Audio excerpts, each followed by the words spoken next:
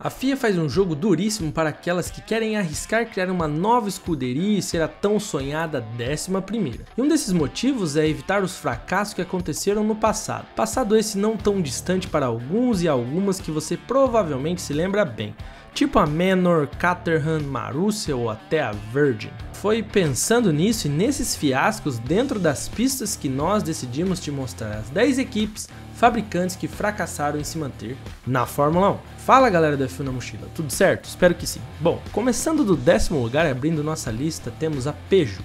A montadora francesa, apesar de ser uma lástima nas ruas no dia a dia, na Fórmula 1 a equipe até apresentou bons resultados em algumas categorias ao redor do globo. A Peugeot apresentou ótimos resultados nos anos de 1991 e 92 na Le Mans, o que fez com que a equipe iniciasse um projeto de entrar na Fórmula 1, que aconteceu lá em 94, sendo uma das parceiras do fornecimento de motores da McLaren. E até aqui não foi uma má temporada, a equipe conquistou 8 pódios, mas as relações entre a equipe inglesa e a francesa não eram das melhores e para Ron Dennis o motor não era tão potente e suficiente para disputar títulos, e o que fez com que a parceria se encerrasse logo no fim da temporada de 1994. No ano seguinte, a fabricante começou a fornecer motores para a emergente equipe Jordan. Em 3 anos, o motor melhorou significativamente, inclusive. Em 97, havia diversas corridas onde a Jordan ameaçava ganhar com seu excelente motor Peugeot, que sem dúvida era um dos mais potentes do grid. Mas devido a alguns fatores políticos e comerciais dentro da Fórmula 1, em 98 a montadora francesa começou a distribuir seus motores para a Prost Grand Prix. Sim, a equipe do ex-piloto de nariz mais torto da Fórmula 1. E essa aliança foi um verdadeiro desastre nas pistas. Apenas com 5 pontos em incríveis 3 temporadas e um segundo lugar de Jarno Trulli em Nürburgring em 1999. E devido a todo esse relacionamento difícil entre a equipe e a fornecedora, a fabricante francesa deu adeus à Fórmula 1 no final de 2000, ainda fornecendo motores para a Prost. Mais à frente, em 9º lugar, temos a Lancia. E até é normal você nem se lembrar dessa equipe, porque ela surgiu lá no longínquo ano de 1954. E uma das ambições da equipe era ter o piloto mais famoso daquela época, Alberto Ascari. Até porque a equipe tinha o badalado designer Vittorino Ianno, tipo um Adrian Newey daquela época. A equipe conseguiu contratar Ascari, mas havia um outro problema, o dinheiro.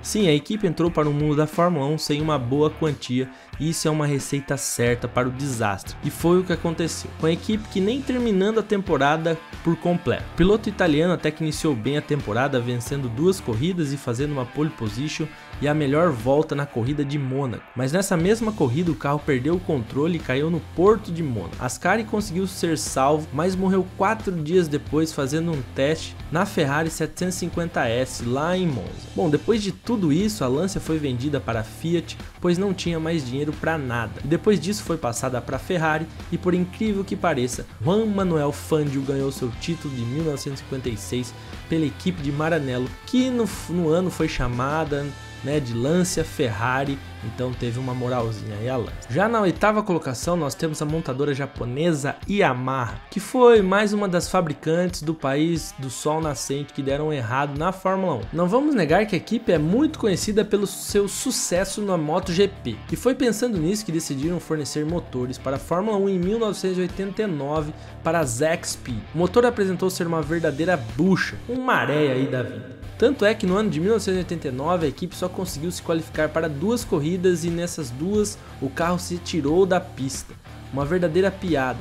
Tanto é que no ano seguinte não forneceu nenhum motor para nenhuma equipe, voltando só em 1991 com a Brabham. E com a escuderia inglesa a montadora conseguiu marcar seus primeiros pontos na categoria, com o 6º lugar no GP da Bélgica nas mãos de Mark Blundell.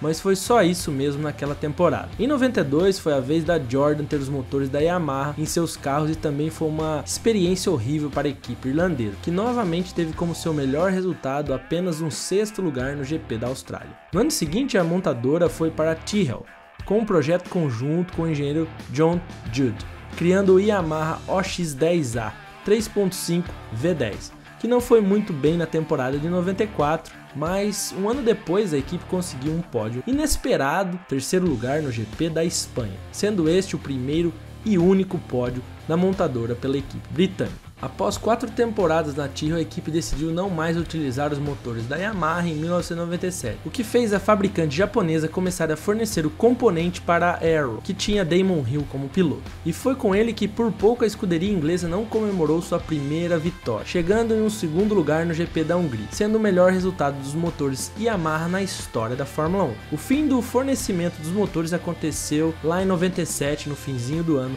depois que a Yamaha teve diversos desentendimentos com a própria Arrow. A fabricante saiu da Fórmula 1 com 116 corridas disputadas e somente 2 pódios. Uma verdadeira vergonha, vai. No 7º lugar do nosso ranking temos a Lamborghini, que muitos sonham que volte para a Fórmula 1. Acreditem, conseguiu ter resultados piores que a Yamaha na Fórmula 1. A fabricante italiana começou a fornecer motores para o esporte em 1989 para a já extinta equipe francesa Larousse, de forma gratuita. Que gente boa, né? Mas o barato saiu caro, a equipe naquela temporada conseguiu somente 1 ponto e terminou na 16ª colocação do campeonato.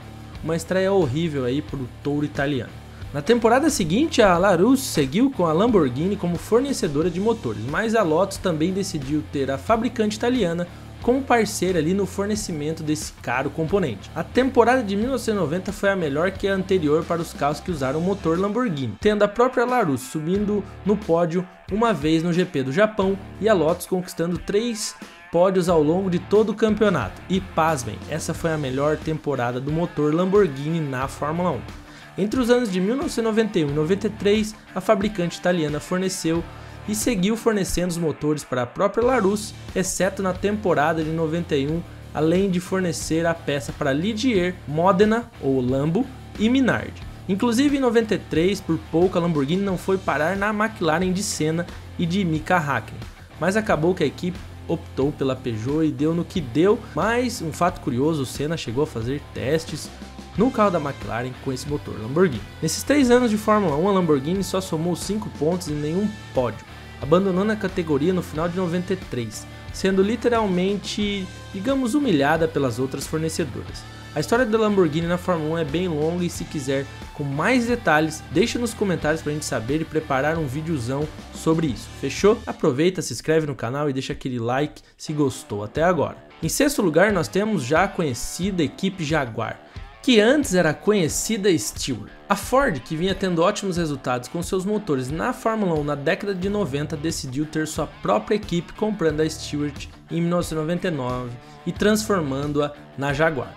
E logo na temporada de estreia, no ano de 2000, a equipe não foi nada bem, conquistando somente 4 pontos e ficando em antepenúltimo na colocação de construtores. E esse fracasso da Jaguar no esporte está diretamente atrelado com diversas interferências corporativas internas, com um entra e sai danado dentro da equipe. Obviamente com isso os bons resultados dificilmente apareciam, já que toda hora estava se trocando ali engenheiros, mecânicos e toda a crew aí que uma equipe precisa. Pontos altos da equipe foram os pódios de Ed Irvine ficando em 3º em Mônaco em 2001 e Monza 2002, mas só foram esses os melhores resultados da equipe. Mesmo com a entrada de Mark Webber na equipe em 2003, os resultados medianos que o australiano teve naquela temporada, em 2004 a equipe só conseguiu chegar à 7ª colocação do campeonato de construtores em toda a sua história. E obviamente não foram capazes de manterem a equipe no circo da Fórmula 1, sendo vendida em 2005 para a própria Red Bull, e hoje vocês já sabem do sucesso que a marca de energético teve nas pistas até o presente momento. E se analisarmos friamente, a Jaguar teve mais história de sucesso que a Lamborghini e Yamaha, mas mesmo assim seu fracasso foi estrondoso devido a toda a expectativa criada pela Ford. No meio do nosso ranking, ocupando a 5ª colocação, temos a Alfa Romeo. Vocês devem estar se perguntando, como assim é um fracasso estar no grid até hoje? Calma, meu caro, você sabe muito bem que a Alfa Romeo atual não tem nada a ver com a antiga equipe que foi campeã nos primeiros anos longínquos do Mundial de Fórmula 1 na história.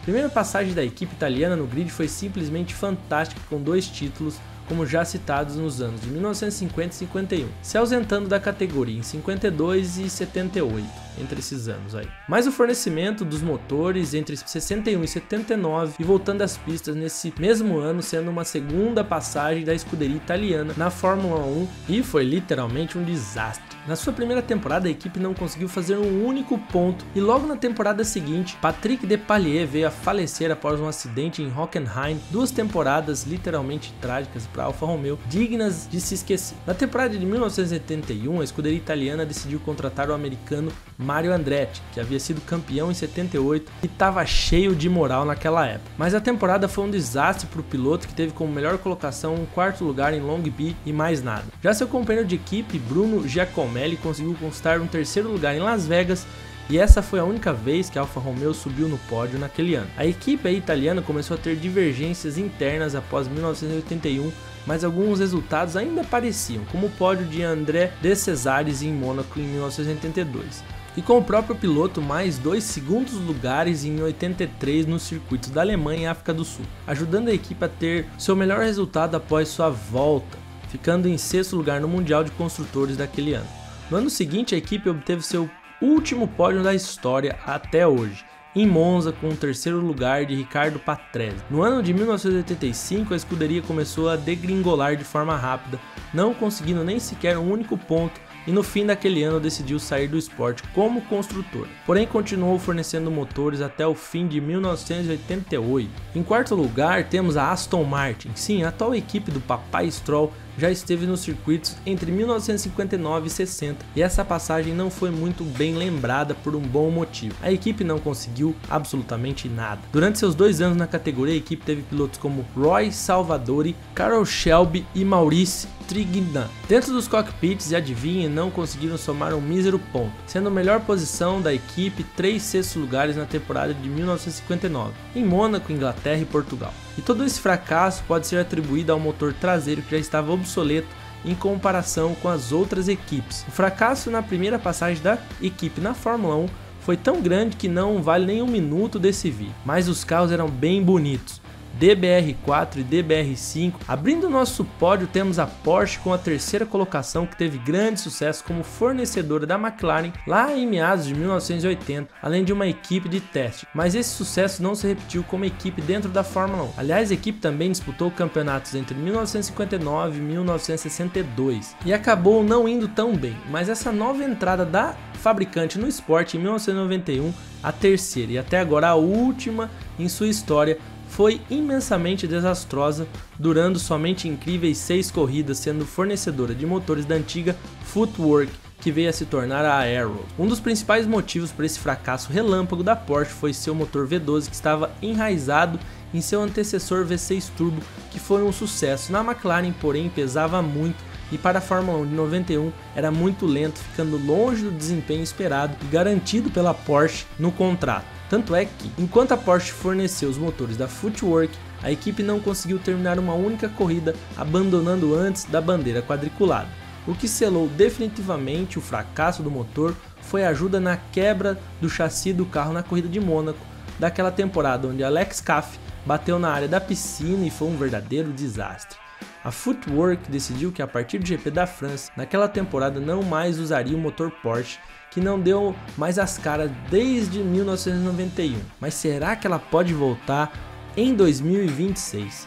Deixa aí seus comentários. Bom, em segundo lugar temos a Subaru. A montadora japonesa tem um enorme sucesso nas competições de rally e devido a todo esse sucesso decidiu se aventurar no ano de 1990 na Fórmula 1 e obviamente se a fabricante está nessa lista é porque fracassou miseravelmente, eu te conto. Naquele ano de 1990, a fabricante decidiu comprar 51% da antiga e extinta equipe Colony, que tinha dívidas exorbitantes e estava lutando para se qualificar nas corridas. Com a compra da Subaru, as dívidas foram pagas e a equipe poderia estar pronta para competir.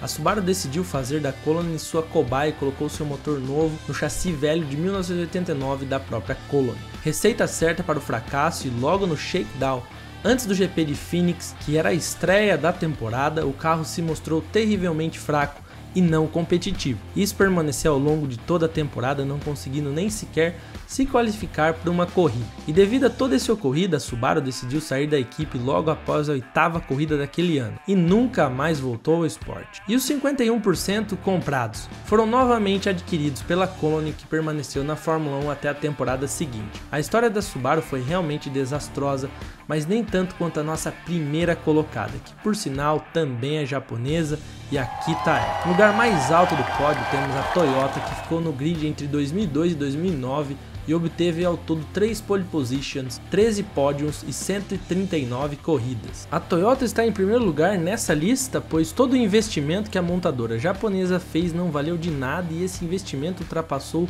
todos os outros das equipes citados nesse vídeo e os resultados não foram proporcionais. Outro fato é que a expectativa em cima da Toyota era gigantesca, visto que a montadora estava se tornando a maior fabricante de automóveis do mundo. Tudo isso fez com que a empresa japonesa estivesse aqui na nossa lista em primeiro lugar. O motivo do fracasso da Toyota dentro da Fórmula 1 foi ter subestimado o esporte desde o início, não tendo uma equipe técnica competente e sempre pondo a culpa nos pilotos por falhas mecânicas, além de diversas vezes não investirem no desenvolvimento e pesquisa do carro. Ao longo de todos os anos a empresa se tornou fraca e longe de ser competitiva, às vezes dando uma zebra aqui e ali, como vocês viram, mas sempre fracassando miseravelmente. A gota d'água para a equipe aconteceu no GP da Bélgica em 2009, quando Jarno Trulli conseguiu se classificar em segundo, mas sofreu uma falha elétrica logo na largada, além de uma quebra na asa dianteira do veículo, fazendo com que o italiano nem terminasse a corrida, sendo esse o início da derrocada da equipe japonesa. Ao final daquele ano, a Toyota se despediu da Fórmula 1 sem nenhuma vitória, sendo engolida pela forte crise econômica que o mundo passava, além de ser vítima do seu próprio descrença e desrespeito aí com o esporte que requer muita competência e dinheiro. A nossa lista tá feita e com ela vai uma pergunta para você. A FIA realmente está certa em aumentar a rigidez para entrar na Fórmula 1 para diminuir esses tais fracassos, ou ela deveria abrir as portas e inclusive facilitar a entrada? Quem anda acompanhando ultimamente o noticiário da Fórmula 1 viu que a Andretti, equipe da Fórmula Indy, estava iniciando conversas com a FIA para ter uma equipe em 2024 em diante e está esbarrando nesse jogo duro da FIA e das equipes que já estão na competição. Além das notícias de Porsche, Audi e BMW na categoria se associando às equipes do grid no desenvolvimento de motores e algumas querendo até aquisição de equipes, no caso da McLaren, que está na mira. Mas o que sabemos até agora é que o grid segue firme com as 10 equipes, campeonato rolando, mas com essa explosão do esporte já, ainda esse ano veremos esses rumores se tornando realidade. Tomara. Mas uma coisa é certa, quem entra na Fórmula 1 tem sempre o risco iminente de fracassar e a única solução para isso é saber gerir bem a equipe, saber desenvolver o carro e, é claro, ter uma pequena parcela de sorte. Por isso sou tão a favor da tão sonhada 11ª equipe. E você, concorda? Comenta aí. De qualquer maneira, acho que se você chegou até aqui, você gosta desses vídeos de top 10, certo? Então clica nesse vídeo aqui que preparamos outro bem legal para você. Fechado? Então te vejo em poucos segundos.